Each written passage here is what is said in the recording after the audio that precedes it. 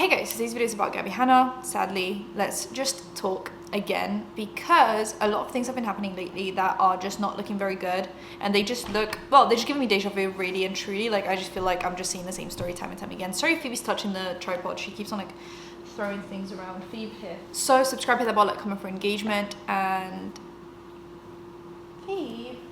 So subscribe, hit the bell, like, comment for engagement. All my links will be in the description, any other channels I have. So that's my deep dive channel, my book channel, my podcast, everything will be there. And let's just get into it. So I'm just gonna recap like what's been happening recently because I think it's kind of important. I recently spoke about Gabbie Hanna posting like really strange and concerning TikToks, and then she deleted all of them. A lot of them were discussing like religion and being God and being like Jesus and needing help and clearly, like, you know, shouting. And someone ended up finding out where she lives because of all of this and going to essentially her house, pretending that they need to use the toilet to get into her house. And then Gabbie Hanna was made aware of the fact that they actually knew who she was and ended up kicking them out. That was just another like concerning bit of the story, I guess. But then she deleted all the TikToks and kept one up that was her promoting her album that she released a while back that didn't really perform too well, which made people think that this was all just like promo for her album. I still think she was going through an episode. She also made some problematic statements while having her episode that she hasn't apologized for. She made some racist comments regarding black women and black men, some transphobic comments.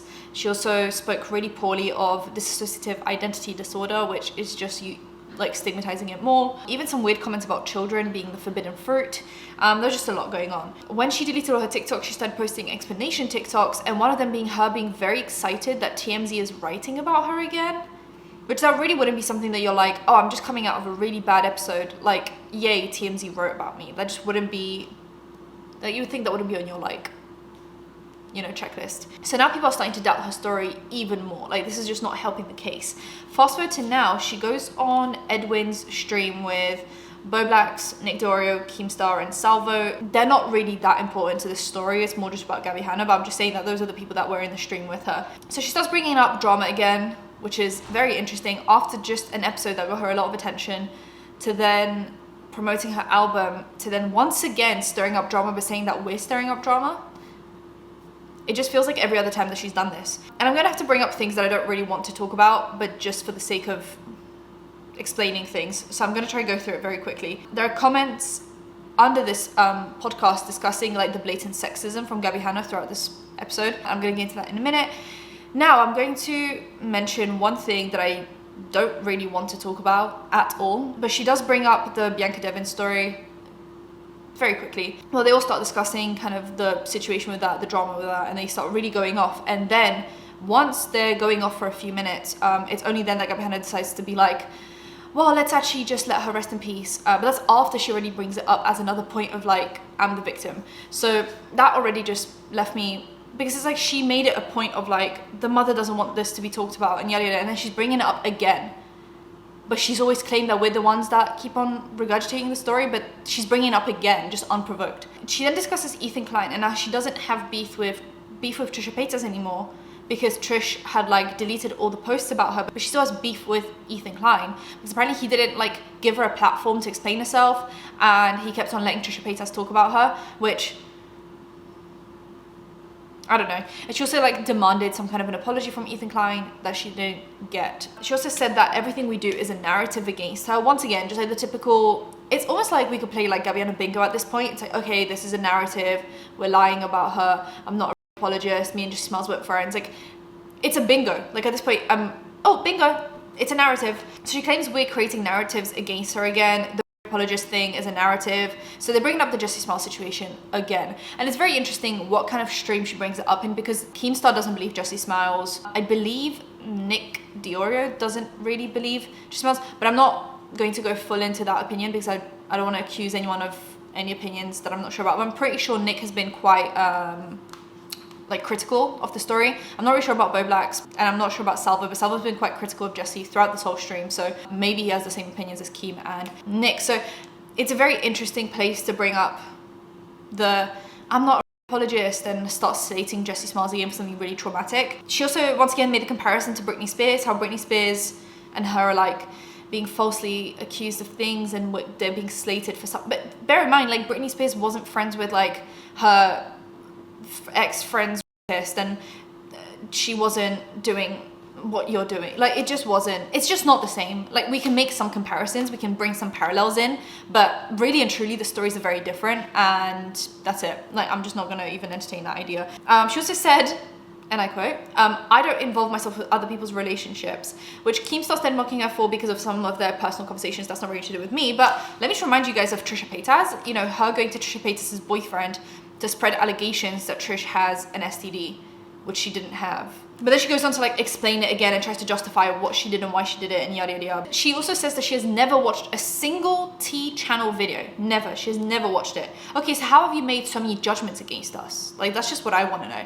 Because if I've not seen a video about myself, I'm not going to be like, oh my god, you're a bully. You're a narcissistic abuser. You're a bully. Because if I didn't watch the video, I don't know what it's about. So how can I make that judgment? So now what you're saying is that you're spreading misinformation about us, because if you've never seen the video, you can't comment on it, and if you are commenting on it, then it's misinformation. Make it make sense. I don't know. She also says that every time she has a project, T channels would start a story. I'm pretty sure the last few times that we've spoken about you, it's been because you started aggressively coming for us out of the blue, and we would have to respond. Like, me and you were actually cool in DMs. We actually spoke for a bit. I'd say for 2 or 3 days, we would like message back and forth because we had explained our differences, yada yada yada. And then after that, you basically went back on the internet and were like, the narcissistic abusers, after already commenting under one of my videos where I was actually praising you, being like, oh my god, thank you for the nice welcome back to the internet. And after that, you started attacking me out of the blue. I started attacking everyone else, Rachel Oates, everyone else. And we all had to defend ourselves because you were going off again. And then right after that, you released some album probably or some kind of song. So don't say that we're the ones that bring up every project. That's just the only way that you manage to stay relevant. Phoebe, stop. That's really just the only way that you manage to keep your projects relevant, is by stirring up some drama, which is why people didn't believe that you were having an episode on TikTok, because you do this all the time. Sorry, Phoebe, stop. It's very loud. Yeah. I said it. Don't look at me like that. I said it. Then we get into the bit that I actually care. I kind of tried to skirt through all of this because I don't care what she says about T channels. I could not care less, but it's just like the hypocrisy, the blatant lies again. And of course, like, Keemstar doesn't like us, and Bo Black's, I don't really know. Nick doesn't really like drama. Like, it was a great place for her to express those opinions, but it is just an echo chamber of people that agree. They all just agree, right? But I just care about Gabbie Hanna in this situation. In this particular situation, I care about what Gabbie Hanna is saying, so that's why I'm not trying to hit on too many points that they've made, because it's not to do with this. So she gets to Jessie Smiles, and immediately she goes, she's a psychopath. She's obsessed with me. I'm pretty sure it was Salvo that then called her ugly, called Jessie Smiles ugly. It just goes to show the kind of echo chamber once again. I'm not trying to hit on the points that the others made too much, because I am focusing on Gabbie Hanna here, but it just goes to show the echo chamber that she is surrounding herself in. If you go into a live stream where you're discussing your criticisms of someone and someone else immediately goes, oh, and she's ugly, that's not really an unbiased area of discussing a topic. Like, I just think it just straight off the bat, I was like, oh, I know what we're in. Says that Jessie Smiles always releases things around Gabbie Hanna's projects or holidays. This is just another, like, so she claims T channels do it and she claims Jessie Smiles does it. But like, how would we all possibly know when you're releasing stuff? I do not know when your next song's coming out. I actually don't. I'm not in your house. I'm not like, I don't have like CCTV in your like walls. I'm just not sure how she always thinks we're just this like coordinated group of people that's just like out to get every single project. I don't care.